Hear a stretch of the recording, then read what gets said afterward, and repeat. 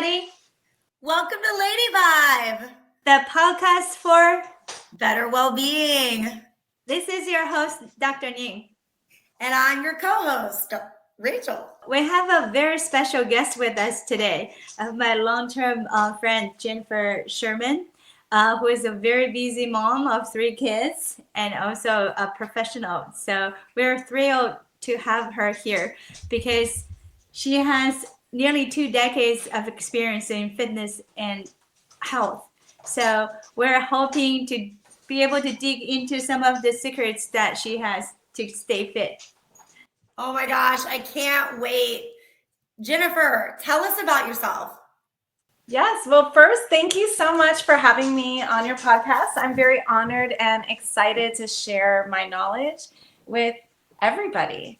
So a little bit about me. I have been in the industry, like Dr. Ning said, for over 20 years. I have a bachelor's of science from the University of Illinois in human development and family studies. I have a master's in education.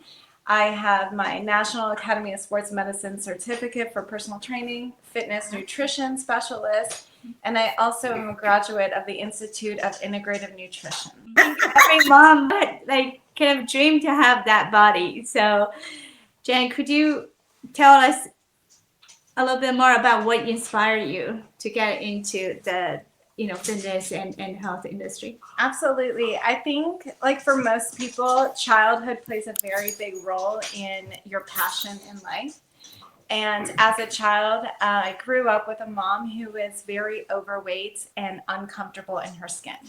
So from a very young age, I witnessed her in the changing room trying on clothes and crying because she felt uncomfortable. I witnessed her at my dance studio wanting to be with specific moms and not allowing me to go to different dance studios where she didn't feel comfortable around the other moms. So these were all nonverbal cues that I picked up on as a child. And from a very young age, I vowed to myself to really help the health and wellness for all women and all people. Yeah. I wanted to help people feel comfortable in their skin at any size. And I also really wanted to be the type of mom that didn't allow others to influence me and keep the most healthy way of life I can so that my kids could see that. Yeah, exactly. And there's so much stigma over people who are obese or overweight in this society. I live in Los Angeles. That's even worse, right? Like when you go to school, I can totally understand how your mom felt. I'm not to that level yet, but sometimes I feel the same way. So yeah, I really look forward to what you're going to share with us.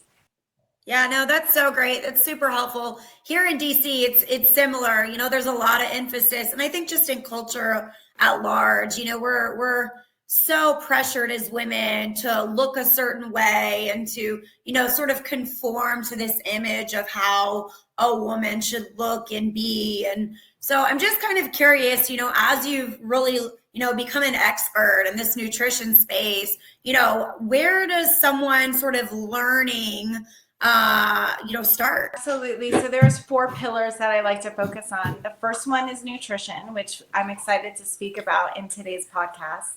The second one is figuring out your exercise routine. Sure. A more productive way of exercise. And so I look forward to explaining that in another podcast with you. Hey, if I can knock off some time at the gym, that sounds nice. And you can. Less is more sometimes. The third pillar is sleep and managing your stress.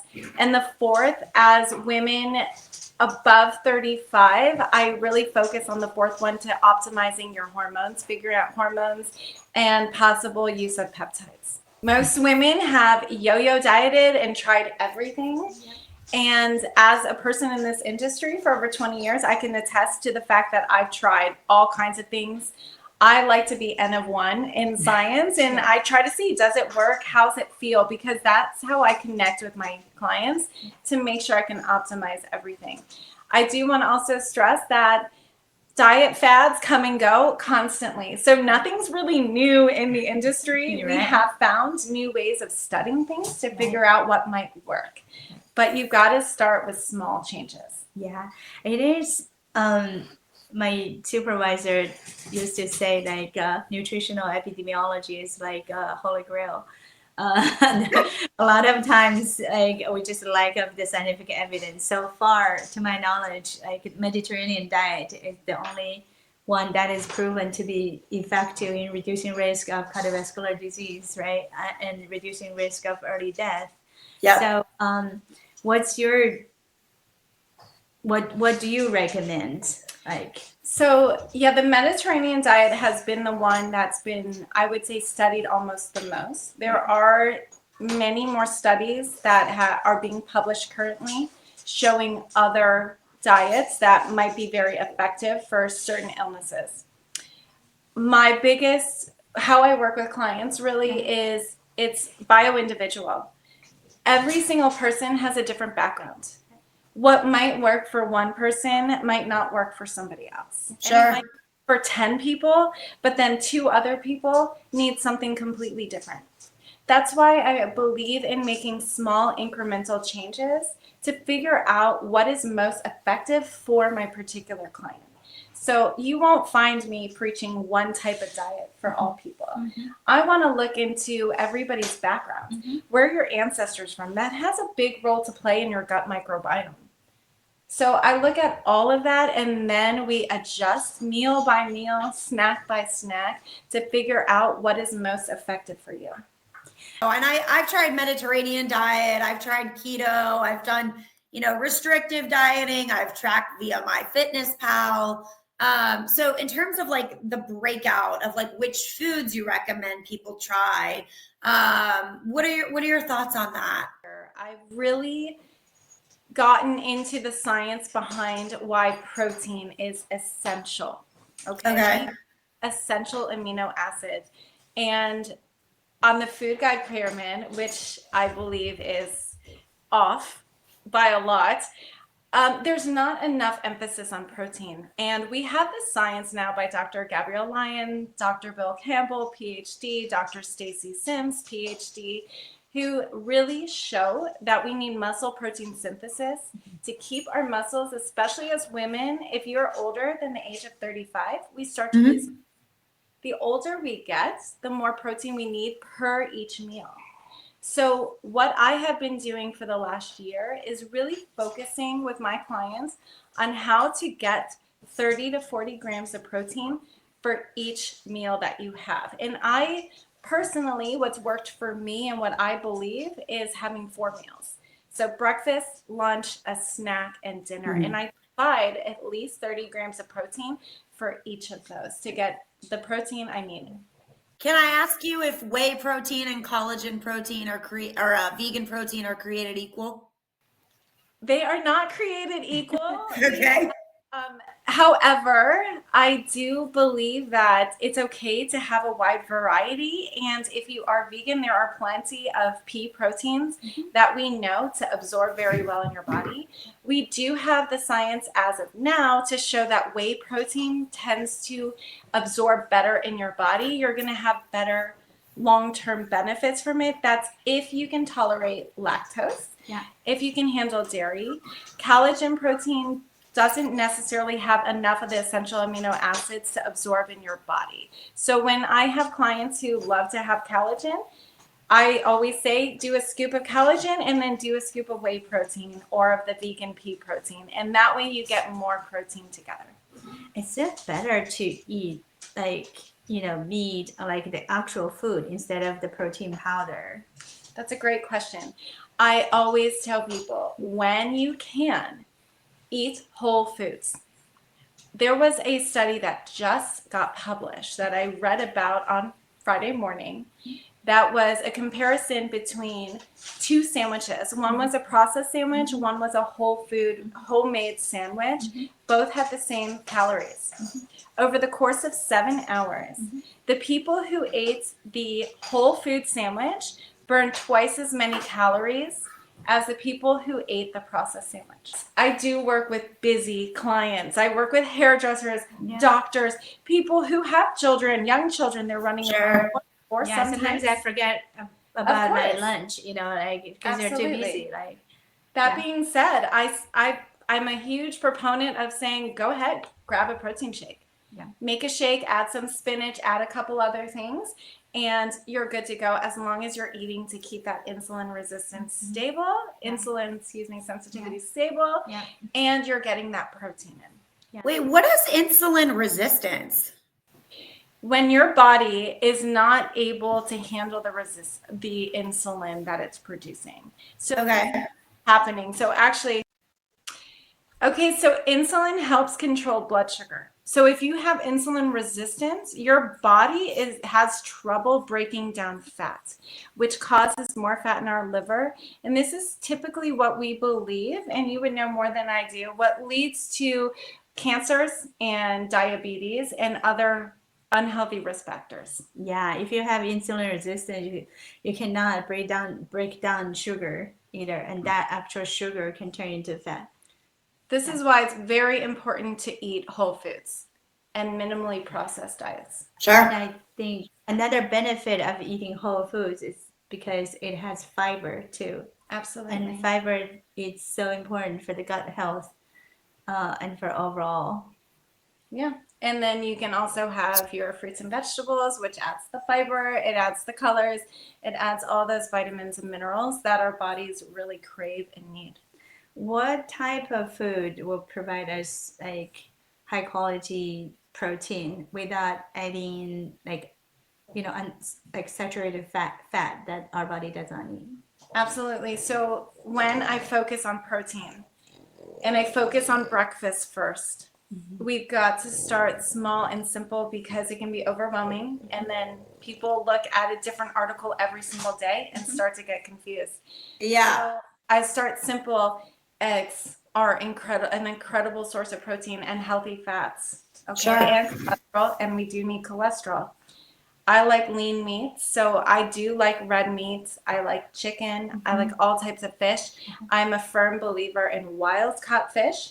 I don't believe in farm raised fish as well. And nuts and seeds, if you are a vegan or vegetarian, tofu, tempeh, those are great options. Beans, any type of legume is a great choice too. Those are also very high in carbohydrates. Yeah. So to get enough of the protein, if you're eating beans, you have to eat a lot of beans, which might throw your calories a little bit too high for the day. So you do have to adjust that and balance it carefully. In terms of natural foods, what do you think are the best natural foods to sort of promote a healthy gut, or what are other ways to promote a healthy gut? So I always definitely believe in as much natural stuff as you can. So I like at my house, I try to make sure we have anywhere from 10 to 30 different fruits and vegetables during the week. So a variety of fruits and vegetables allows your gut to produce the bacteria that we need and require for our own health. I also always start my day off with different probiotics in my salad. So I like to have a good salad with my eggs and spinach in the morning.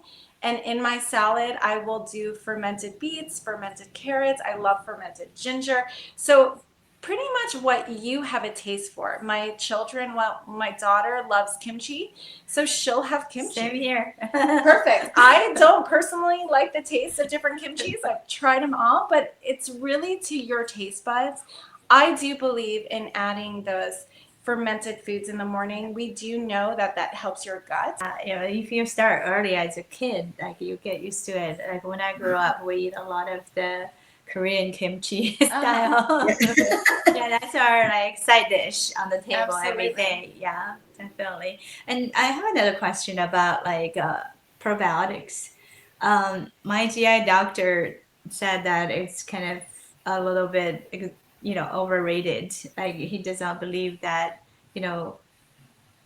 those are really having like a real effect. So I personally don't use probiotics or prebiotics. I know people can swear by them and think it makes them feel better. The times where I would do my deep dive and research into probiotics and prebiotics are around any time where my kids or I would need antibiotics. And if we have to take antibiotics for any reason, that is where I would definitely put my focus Mhm. into purchasing a really good probiotic Right. and clearing out the antibiotic after the illness has been gone and really rebalance your gut. There's a lot of research out there to show that those probiotics have lots of bacteria, but only some of them really make it into your system Exactly. by the time you actually drink it. So are you wasting your money? Maybe, maybe not. If it works for you, if you found the right company, then kudos for you, and that's great. And there is no magic bullet out there, like one, but and that one, one thing fits everybody, right? Because your gut flora is different. Absolutely. Yeah. And then you mentioned antibiotics. I do want to point out that for some people who had to be on antibiotics for long term, that definitely can mess up your Absolutely. gut health. So Absolutely. need some extra care there. Yeah. That's really helpful. No, thanks for going through all of that. I guess my last question would be around this whole like all the bodybuilders constantly are eating cottage cheese and, grilled chicken and rice. Have you really seen where this sort of like regimented approach to, meal planning has produced significant results for, some of your clients or people that you know? Yeah, so I will say the bodybuilders understand how to manipulate body, and we have for over 70 years more than doctors. So the bodybuilders are usually the first ones in the industry to try everything. Again, we are always N of one. It's like, all right, let's see if it works. Yeah. Let's take this data. I go to an extreme with competition and just testing my own body and my own limits. I do not expect clients of mine to really do things that regimented. You had mentioned earlier about trying different diets and kind of it just doesn't stick. And that's the thing. We want to build healthy habits and healthy routines that work long term. Otherwise, we end up yo-yo dieting. Then we put all that fat on and more. So I try to limit that. Most of my clients are not going to write down what they're eating. They're not going to weigh their food. What I do want to do is for at least, I say a minimum of 3 days, I do ask that my clients, when I start working with them, write down everything that they're eating and just being honest. Oh, I took a bite of this. I had half a bowl of this, just to see where we are at our baseline. It's very hard to change any behaviors and make any changes. Yeah. Don't know where you are. Right. So if I can get someone to know the baseline. Yeah, exactly. If I can get someone to write stuff down for 2 weeks, that's an amazing baseline.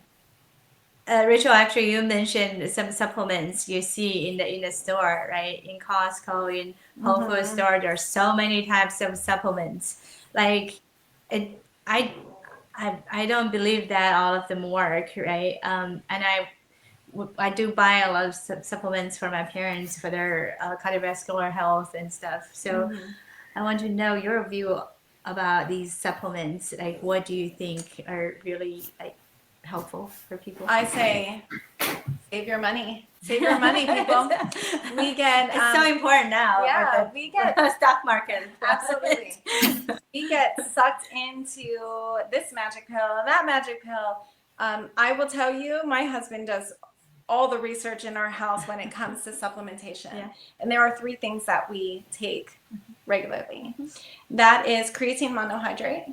So I take 5 milligrams of that in the morning. There's a lot of science to back that, especially for female health. And now there's a lot of research for women in pregnancy and postmenopausal as well. I also always do omega fats, always. And I take that in the morning just so I remember to do it. And then at night before bed, I'll do a magnesium and a zinc. And some clients like to take vitamin D. We do know as a society, we're pretty low on vitamin D. So you have to be really careful. I always suggest that people get labs done when I start working with people. I have them call their doctor, take labs of blood work to make sure that are deficient, we can help them with that. Otherwise, somebody like me, I'm not deficient in vitamin D.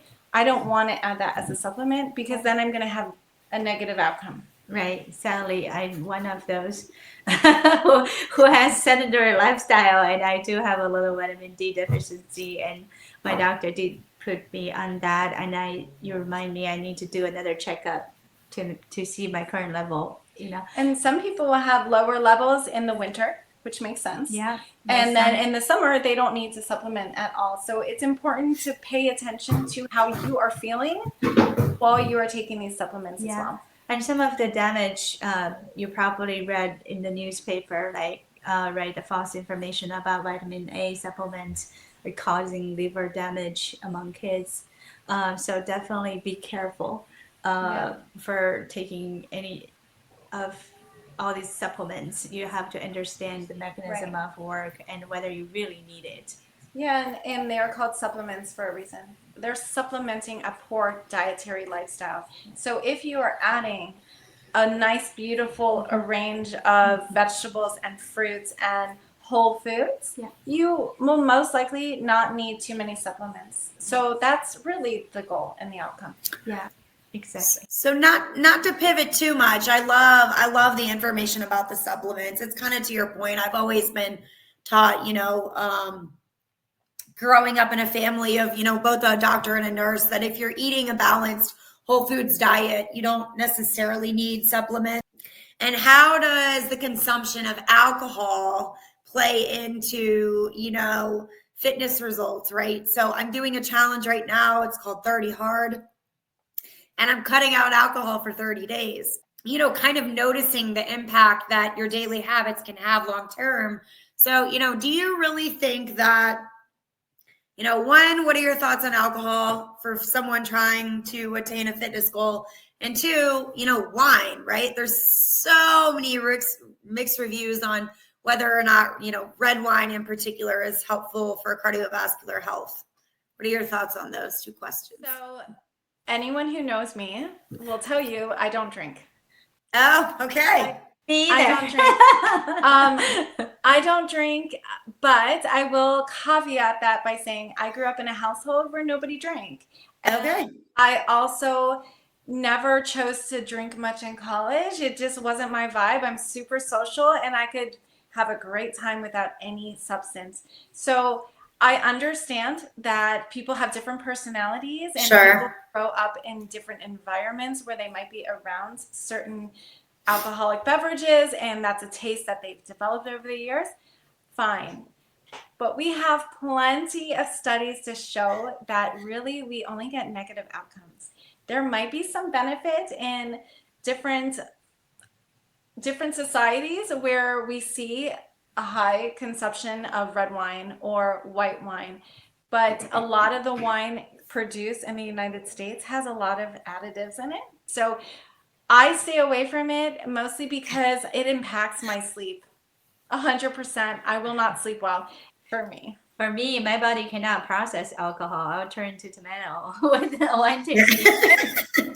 And another thing I want to point out is that alcohol has very high calorie. So it's not good for your overall calorie control. And also it damages your liver.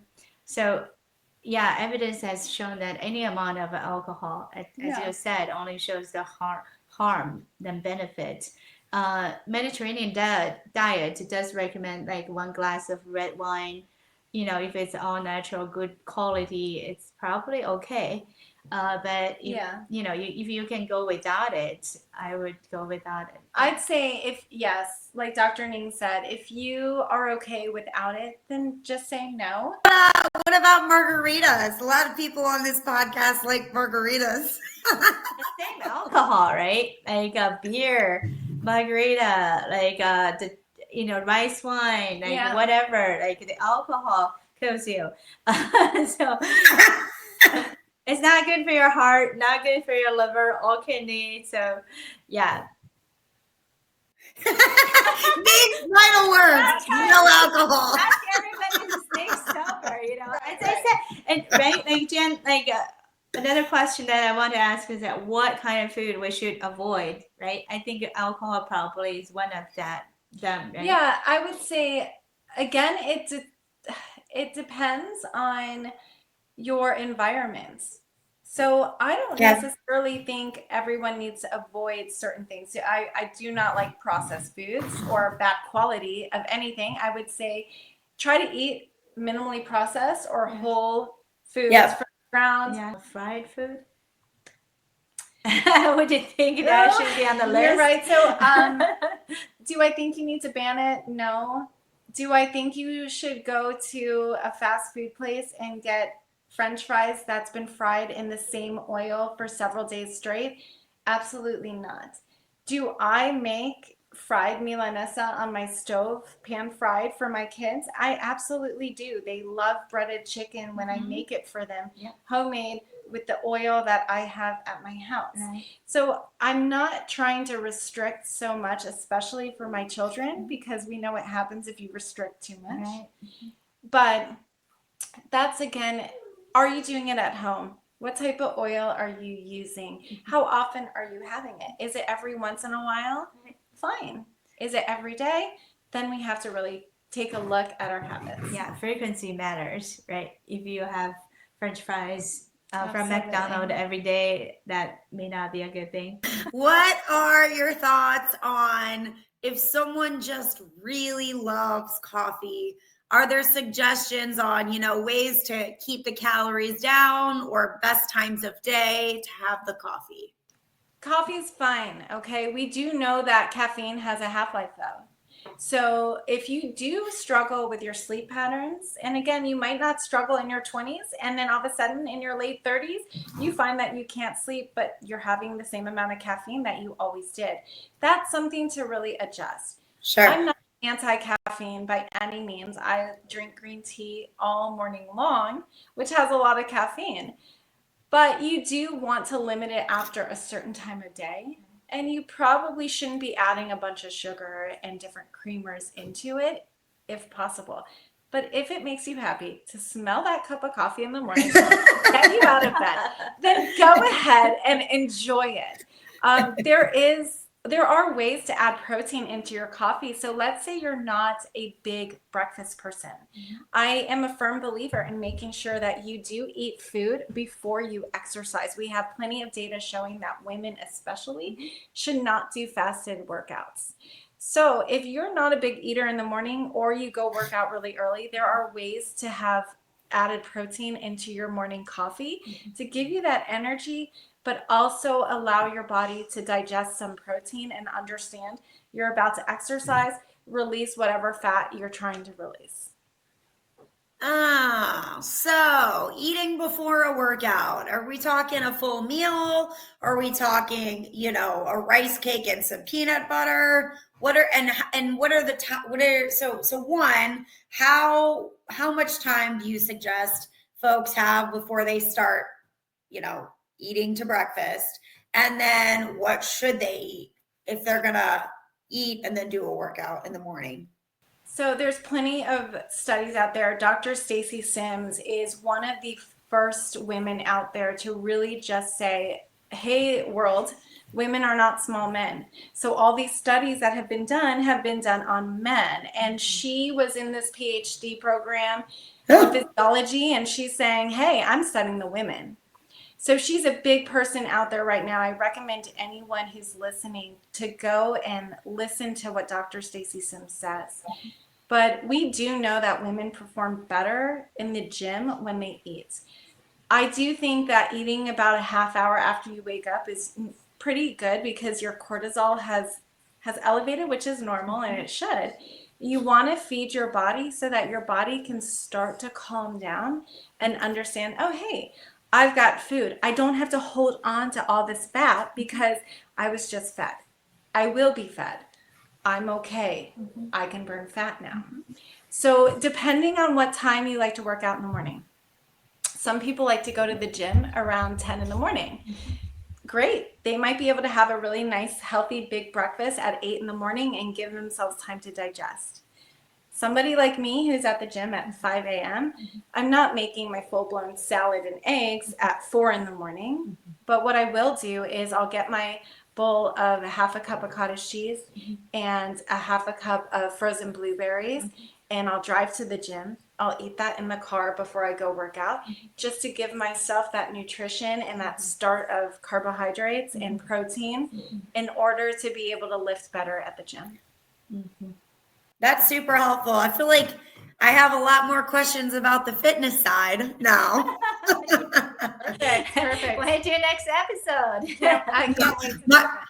my next episode will be next Tuesday. Perfect.